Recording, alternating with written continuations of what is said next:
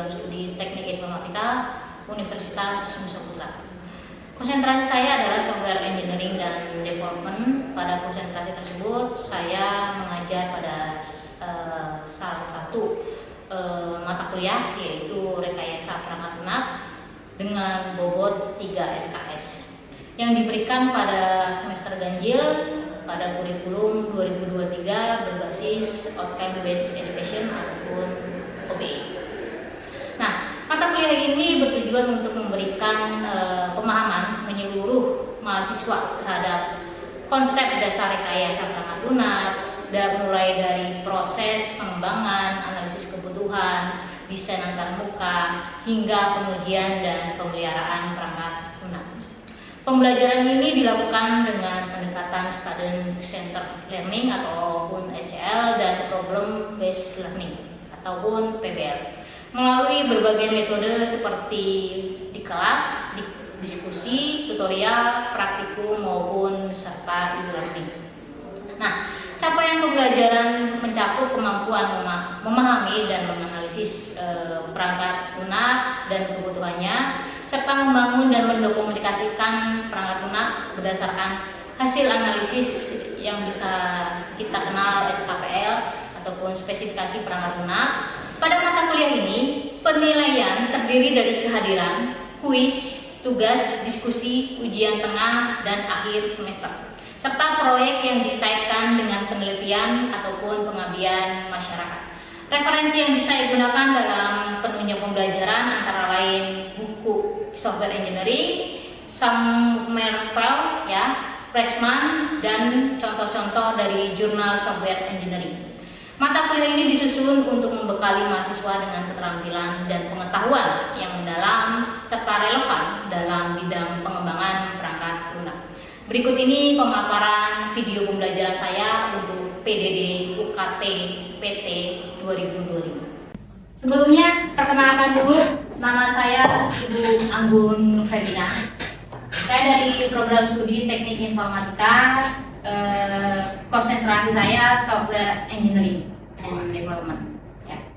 Dan ini ada sesi keempat, ini rekayasa perangkat lunak atau analisis perangkat lunak.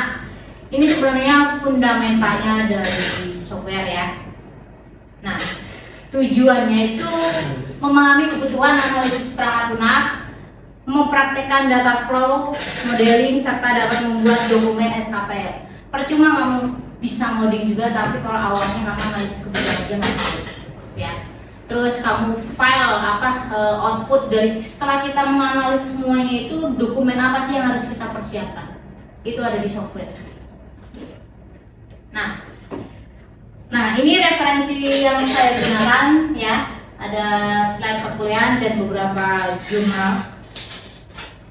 Agenda kita ini ada definisi analisis kebutuhan perangkat lunak, langkah-langkah analisis perangkat lunak, model pendekatannya, terus pemodelan untuk analisis pembuatan dokumen kebutuhan ataupun SKPL. Nah, analisis software itu yang paling dibutuhkan itu sebenarnya pemikiran yang kritisnya, kasus. Jadi ketika kamu sudah lulus, kamu masuk ke sebuah konsultan IT, itu kamu akan menemukan satu klien yang dimana dia banyak berbagai kasus, dan ini contohnya ada kasus ya, dimana ada sekolah SMA Harapan Bangsa memiliki banyak koleksi buku cetak ya. Namun siswa sering kesulitan mengecek ketersediaan buku, melakukan peminjaman secara efisien ya. Staf perpustakaan juga kewalahan dalam mengelola transaksi. Intinya dari software itu merubah manual menjadi komputerisasi, benar nggak? Betul kan? Ya. Dan perpustakaan ini ada mengalami 3 fase. Perpustakaan dan atensi itu mengalami 3 fase perubahan. Apa? 3 fase perubahan mereka. Sebelum kita mengacu ke ranah AI. Yang pertama, dari fase 1 dulu mengubah dari manual menjadi komputerisasi. Sistem informasi perpustakaan, sistem informasi absensi, benar nggak? Oke, kita berubah lagi. Pakai apa? Alat. Ada yang namanya RFID. Ya. Perpustakaan pakainya RFID kalau kalian meminjam. ya. Terus kalau absensi pakai RFID. Naik lagi satu tingkatan kita pakai finger, ya. Naik lagi satu tingkatan pakai retina mata. Tapi pada dasarnya pernah ada mahasiswa yang nanya, kapan kita ada di ranah AI, kapan kita ada di ranah software? Kalau software, kalau modelnya itu masih manual, kita baru ada di ranah software.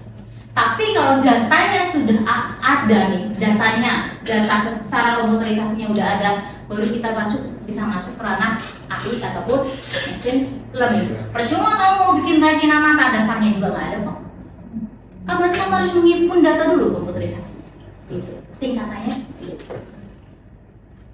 Nah, mengapa perlu analisis kebutuhan perangkat lunak?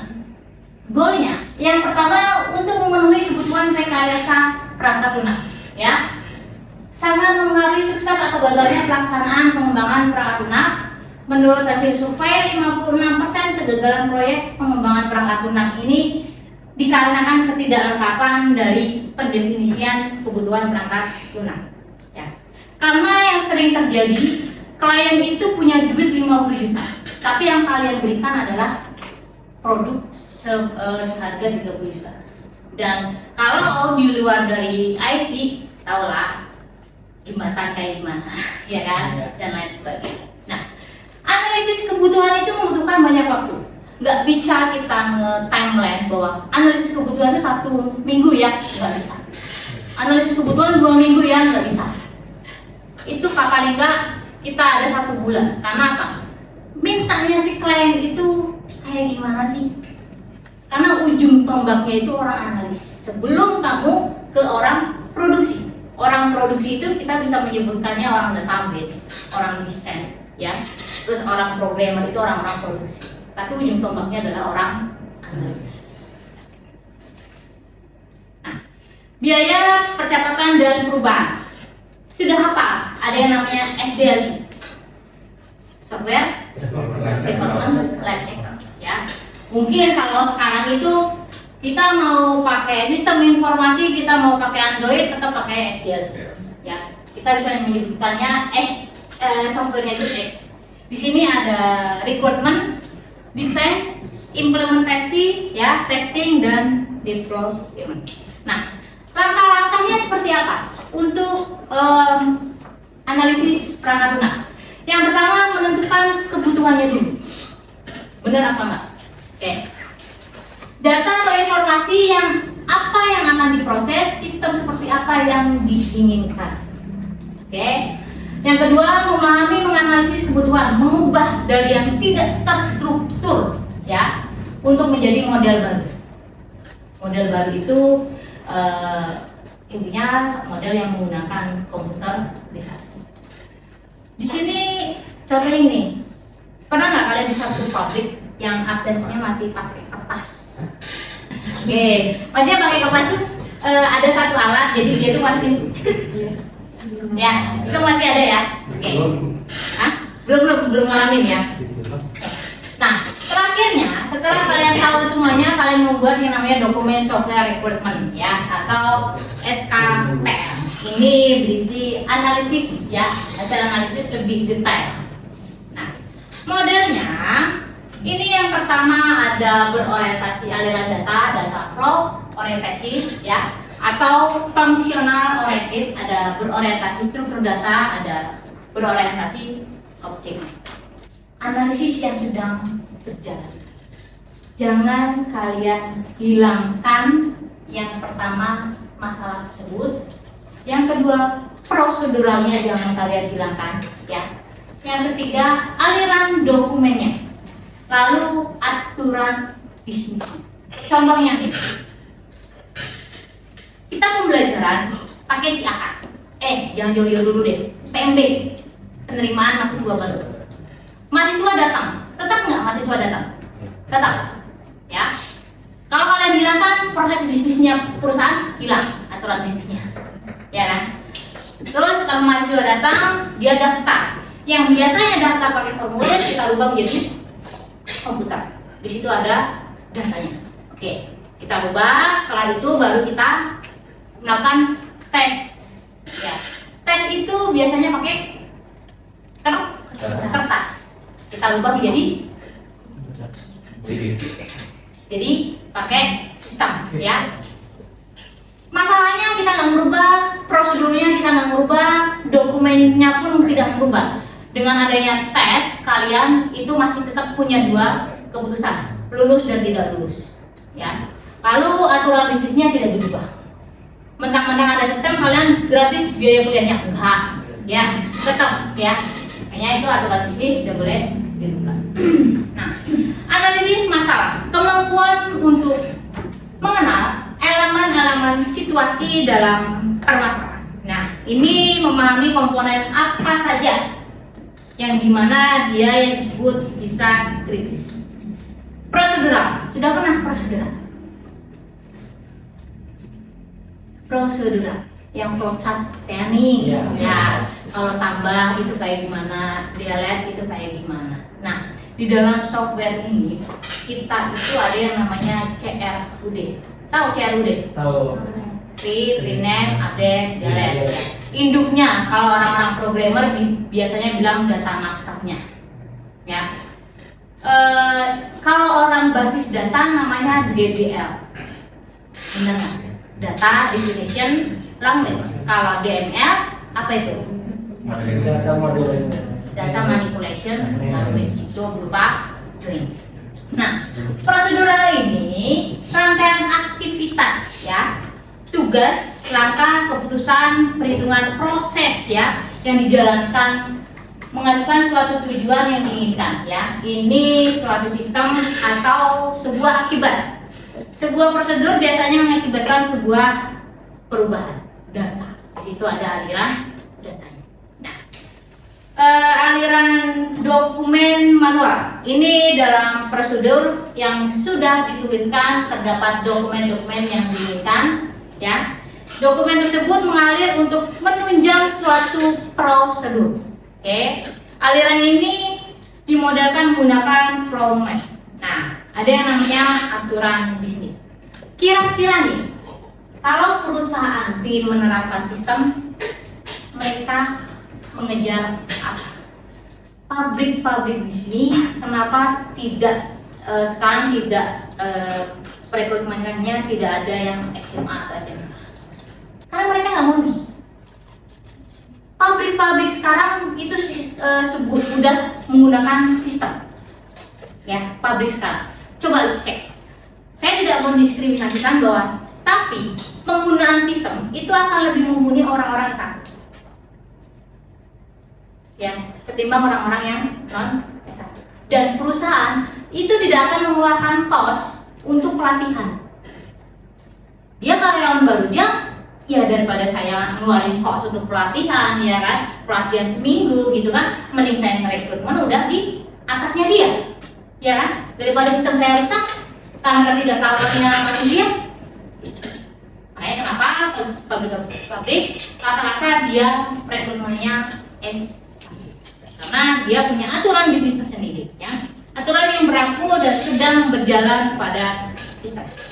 Nah, tools pemodelan untuk analisis ini ada flowmap, ada IRD, ya, ada diagram konteks dan DEFI. Ada spesifikasi proses, ada kalmus data. Nah, terakhir ketika kalian analisis dan lain sebagainya ada yang namanya SKPL, ya, spesifikasi kebutuhan perangkat lunak. Ini dokumen yang menyatakan kebutuhan perangkat lunak sebagai hasil dari proses analisis yang dilakukan dalam konteks pengembangan perangkat. Di sini kita ada output, ya. Ini ada satu output dari rekayasa perangkat lunak itu tugas kelompok, ini dokumen SKPL, ya, dari sistem yang sudah ditentukan. Jadi dibikin kelompok, nanti ada outputnya. Ini contoh dari SKPL, ya. Contohnya di sini ada Smart Waste Management System for Urban Indonesia. Berisikan apa SKPL ini? Yang pertama, identitas dari nama proyek tersebut, SKPL, ya. Yang kedua, untuk apa? Untuk siapa? Perusahaannya. Lalu di sini ada timnya siapa aja. Nah, lalu di sini ada identitasnya, mau kapan itu dikerjakan. Ini ada berapa halaman, ini pembuatan dokumennya ya. Nah, ini adalah perubahan. Ada berapa kali SKPL berubah? Dan itu biasanya orang-orang analis yang ada di berhubungan dengan klien. Contoh nih, oke, kita udah bikin Pak nih ya. Kita serahin ke orang, ke klien. Oh, ternyata ini ada di revisi nih. Revisinya poin apa aja? Nah, lalu di sini ada tanggal revisinya, siapa yang menulis, ya kan? Checking approval. Nah, ketika sudah di-approve, ternyata di pertengahan si kliennya minta rubah lagi, nggak bisa Pak. Bapak kan udah SKPL udah kita berikan, Bapak udah fix. Karena itu akan merubah orang-orang produksi. Di dalam SKPL ini datanya harus lengkap, dari mulai struktur data, ya, bahkan flowchart, DFD kalau kamu pakai use case, database-nya, lalu bisa juga codingannya, tampilannya, wireframe-nya, mockup-nya di situ. Karena apa? Yang menggunakan SKPL ini bukan hanya klien, bukan hanya orang analis, tapi orang desain, orang IT kamu, orang programmer kamu, entah itu programmer web, programmer Android, orang full stack, ya, orang back end, orang front end. Tahu kan istilah itu? Ini SKPL, spesifikasi kebutuhan perangkat lunak, ya. Ini ada EduConnect, platform cerdas untuk pembelajaran yang dipersonalisasikan. Sebenarnya aplikasi itu gampang kok, nggak perlu kalian pusing. Aduh, aku mau bikin apa ya? Kayak gimana ya? Apakah ada kompetitornya apa enggak ya? Ingat logikanya adblock. Ada yang pakai adblock? Ada. Apa logikanya? Risih karena iklan. Iya. Gratis nggak? Gratis. Gratis. Gampang nggak? Masalahnya gampang. Cuma saya risih sama iklan, tapi dia dibenci sama orang. Karena ngebunuh rezeki orang. Karena $0,008 itu ke blok. Free. Gak usah lah komersi udah free aja. Karena dia menciptakan solusi yang dibutuhin. Jadi ketika kamu mau bikin sebuah aplikasi, cek dulu ya, sederhana dulu deh. Adblock, oke. Terus ada orang bikin aplikasi X tentang jurnal. Gimana caranya kita bisa download gratis? Kamu nambahin, ya kan? Terus sekarang YouTube karena ada adblock, akhirnya dia menerapkan lo nggak bisa buka YouTube kalau adblocknya masih nyala. Sama juga di sini halamannya halaman berapa, tanggal pembuatannya, revisi berapa kali, dan kodenya. Kode itu sederhana, tapi itu penting. Di sini orang IT programmer nih kadang juga mau bikin database. Ini nama database-nya apa ya? Kodenya mau berapa? Kadang dia stuck beberapa menit untuk menentukan hal itu. Kode itu penting, ya. Revisinya, daftar perubahan revisinya, ya. Ini ditulis siapa, diperiksa oleh siapa, dan disetujuinya siapa saja. Nah, di sini ada secara umum deskripsinya, tujuan, lingkup masalah, definisi akronim, singkatan, referensi, dan deskripsi umum dokumen. Ini harus ada. Siapa? Kenapa ada istilah KHS? Kartu hasil standar. Aturan bisnis dari dulu, dari tahun 80, KHS itu nggak pernah berubah bentukannya. Dan singkatan KHS itu nggak pernah berubah. Tetap kartu hasil studi, ya. Dan itu kenapa si akad bisa terbentuk ya? Karena mereka punya SKPL-nya, akronim dan lain sebagainya. Jadi orang-orang yang ngoding tahu, oh ini menunya si akad, oh dia si akad KHS dapat dari sini, ya. Deskripsi global perangkat lunak, ya. Lalu ada rincian dari kebutuhan antarmuka eksternalnya seperti apa, ya kan. Lalu kebutuhan fungsionalnya, deskripsinya, ya, atribut kualitas perangkat lunak. Nah, ini jangan dilupakan. Ini juga masuk di dalam analisis kalian. Kira-kira nih antara YouTube Kids dengan YouTube biasa bedanya apa? YouTube Kids dengan YouTube biasa. Bagaimana kontennya? Apa? Kontennya beda. Kontennya beda. YouTube Kids banyak iklannya nggak? Kalau kamu ngeliat adik kamu, ponakan kamu banyak iklannya nggak? Ada. Tapi nggak sebanyak kayak YouTube biasa. Kenapa? Targetnya anak kecil. Anak kecil dia belum bisa mengelola rasa sabarnya dia, belum bisa mengelola rasa emosinya dia. Kalau dia banyak iklan, dia akan tantrum. Bukan dia aja yang tantrum, tapi orang tuanya pun tantrum. Anak saya nih nonton YouTube nangis mulu, gitu kan, nggak sabar, gitu kan. Makanya antara YouTube Kids dengan YouTube biasa itu iklannya akan berbeda. Dan YouTube Kids itu film-film bagusnya itu diletakkan di sore hari. Kenapa? Karena kalau siang orangnya bobo yang nonton, sepi dong, ya kan? Sore anaknya udah dimandiin, udah dikasih makan, udah rapi, ya kan? Yaudah nonton YouTube. Gitu. Makanya kenapa YouTube Kids itu film bagusnya itu sore dan pagi hari, ya? Karena pada dasarnya anak kecil itu bangunnya pagi. Jam 4:30 mereka udah bangun, jam 7 pulang lagi. Gitu. Makanya kenapa kartun zaman dulu itu ada di pagi. Itu juga karakteristik si penggunanya. Batasannya kira-kira kalau YouTube Kids orang tua bisa ngapain aja, ya kan? Si anaknya bisa melakukan apa saja maunya. Itu ada batasannya. Nah, di sini ada DFD juga, ya. Gimana aliran dari menunya? Ini IFD yang sering dilupakan. Jangan sampai lupa. Contohnya, ada produk, ada data kategori. Aliran data DFD ini mempengaruhi menu kalian. Kalau kalian salah. Contohnya nih, ciki, masuknya makanan ringan apa enggak? Ringan, ya. Ini data produk. Ini kategori produk. Kira-kira nih, mana yang satu, mana yang N? Ini relasinya apa? Intinya, kardinalitasnya. Satu ke satu atau satu ke N atau N ke N? Satu ke N. N ke satu.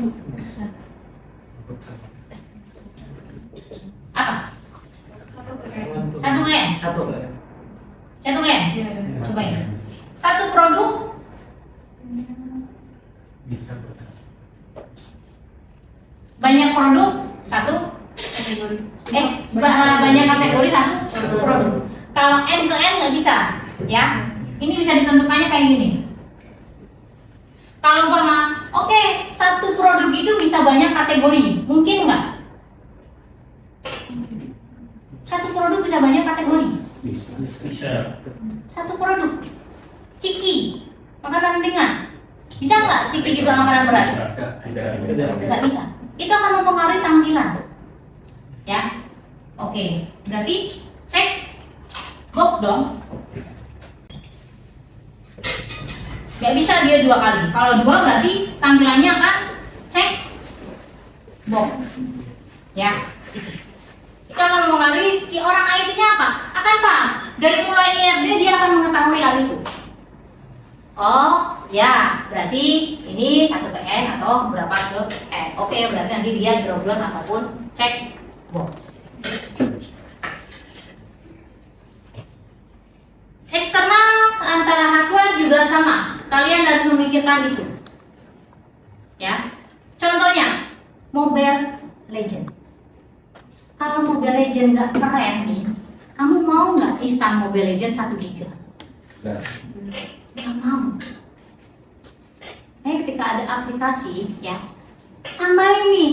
Lo mau bikin aplikasi, kelebihannya apa? Bertahan nggak di aplikasinya? Berapa tahun bertahan? Oke. Shopee, tahu Shopee? Kenapa kenapa dia lebih ngehits ketimbang toko sebelah? Adalah Shopee itu pemain baru. Apa? Enak. Lebih variatif dari barang, lebih banyak gratis ongkir dan sebagainya. Gratis ongkir.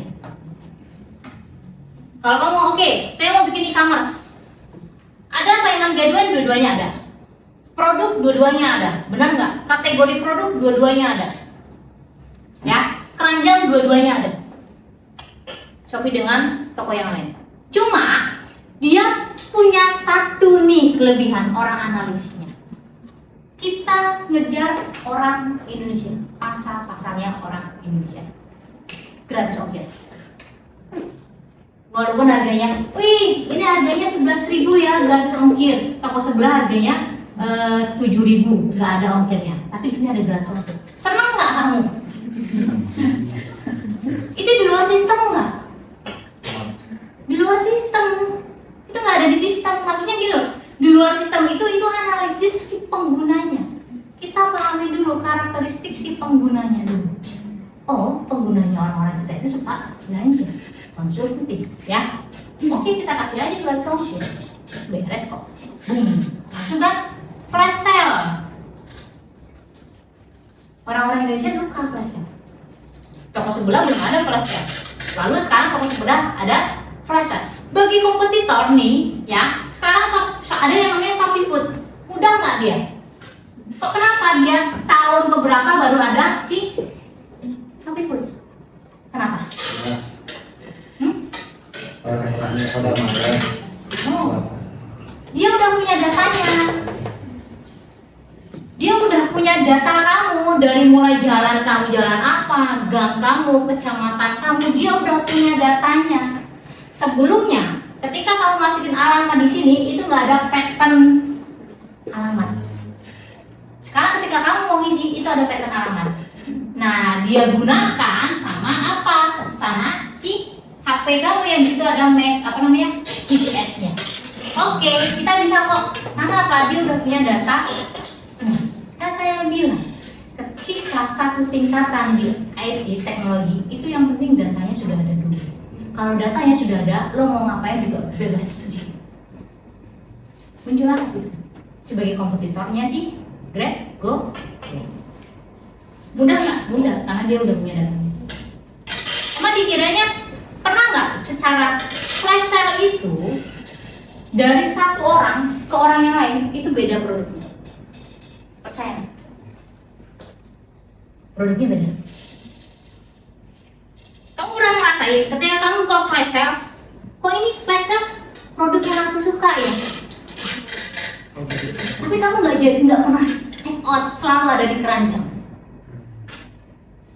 Itu dia menggunakan data riwayat kamu visit si produk itu. Oh, si A hari pertama kunjungin, si A hari keduanya dia kunjungi sebanyak 3 kali, tapi nggak pernah dibayar, selalu di keranjang, ya. Terus hari kelimanya kunjungin lagi 10 kali karena habis gajian, tapi nggak pernah dibayar.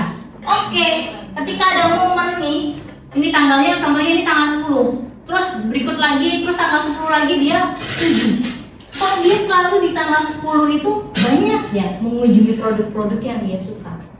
Oh, tanggal 10 tanggal dia gajian. Oke, ketika flash sale tanggal 10 ya, ini produk-produk yang kamu sukai kan, gak pernah kamu tercapai memilikinya kan, kita ada di flash sale. Harga 10.000 yang gak pernah ke check out ada di etalase, dia buang 7.000, ya kan? Kita turunin deh harganya, kejual kok. Karena daripada di etalase lama, mending kita turunin harganya, kejual. Makanya kenapa ketika kita nonton flash sale, ini produk yang aku suka nih, gitu kan? Oke, di sini ada pertanyaan. Oke. Baik, kalau tidak ada pertanyaan, selesai sesi dari analisis perangkat lunak. Jadi saya cukup sekian. Assalamualaikum warahmatullahi wabarakatuh.